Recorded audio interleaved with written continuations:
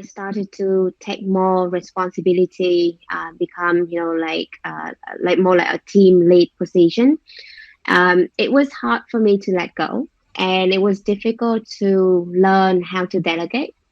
I think for me, as one of the reasons, because I started at the startup company and kind of had to do, got the opportunity to do everything. I got to learn, like, what's the best way for me to achieve something, right?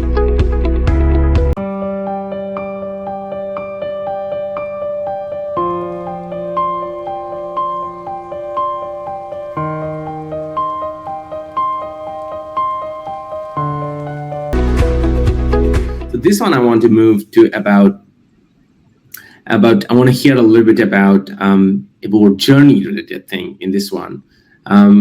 So everybody has a good time and downtime. Everybody has a challenging. Every time has a success. Everyone has a failure as well too. So I want to hear about on this one with you. Probably you can relate any of your stories about what is the most challenging time on the path to become a country manager. Like in the last 10 years of time, what was the time you felt like it was the most hardest time for you, and how did you overcome that situation? I think the hardest time for me probably like 3-4 years ago, when I started to take more responsibility, become, like more like a team lead position. It was hard for me to let go, and it was difficult to learn how to delegate. I think for me, as one of the reasons, because I started at the startup company and kind of had to do, got the opportunity to do everything. I got to learn, like, what's the best way for me to achieve something, right? And it kind of stuck into my mind that, okay, this is the way to, that you have to do. And sometimes if in your team, that you don't have the individuals that can follow and do exactly the direction that you want them to do, and you have a deadline. So for me at that time, I just like, okay, let me do it. I will do this, and I will submit to the customer. And it works when, there is a few projects going on at the same time. And it's not going to work. It wasn't working when we have like 10, 20 projects going on. And so I was quite struggling, and I kind of created the stress for myself by everything has to be perfect. Everything has to do this way. The format need to go like this, you have to use this button. You can't use the number. So I would say, because I'm a little bit OCD, so I kind of creating the stress for myself. So at that time, my bosses told me, V, you have to let it go. You have to learn how to delegate. If they can't do it, you need to train your team in doing the way that you want them to do. And it took some time, but I think, after I figured out, like I let the team do more things, and I let them to be more creative.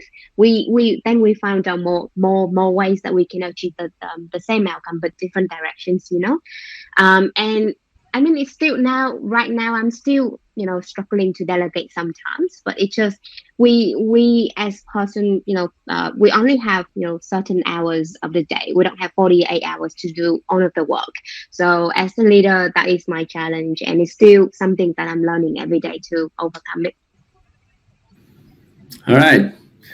So viewer says the point. When you are an executive and when you are a manager, it's a quite different role. It's look like a title. It's look like people always pay about the title and talk about the different paychecks because they will become a manager, but it's not that. It needs a completely new set of expertise as well too, which is we just mentioned in her story. So if you are looking to become a manager, this is the number one thing is about you have to learn to delegate. She mentioned it all about it.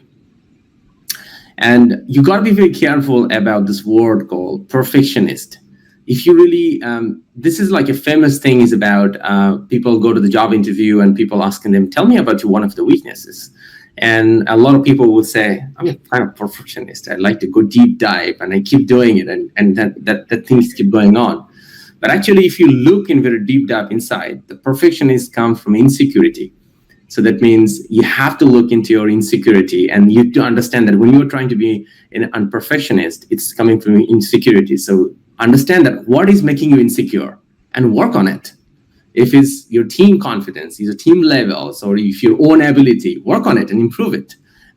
So if you have a hole inside of you, you'll never have it. So that's one of the things we just said. I'm still learning. So that means she is developing that thing, and she's never happy with that one too. And she's keep developing herself because she wants to overcome that weakness of insecurity. With the weakness, creating insecurity. So she's developing her weaknesses. So over time, we'll swipe off the insecurity problem.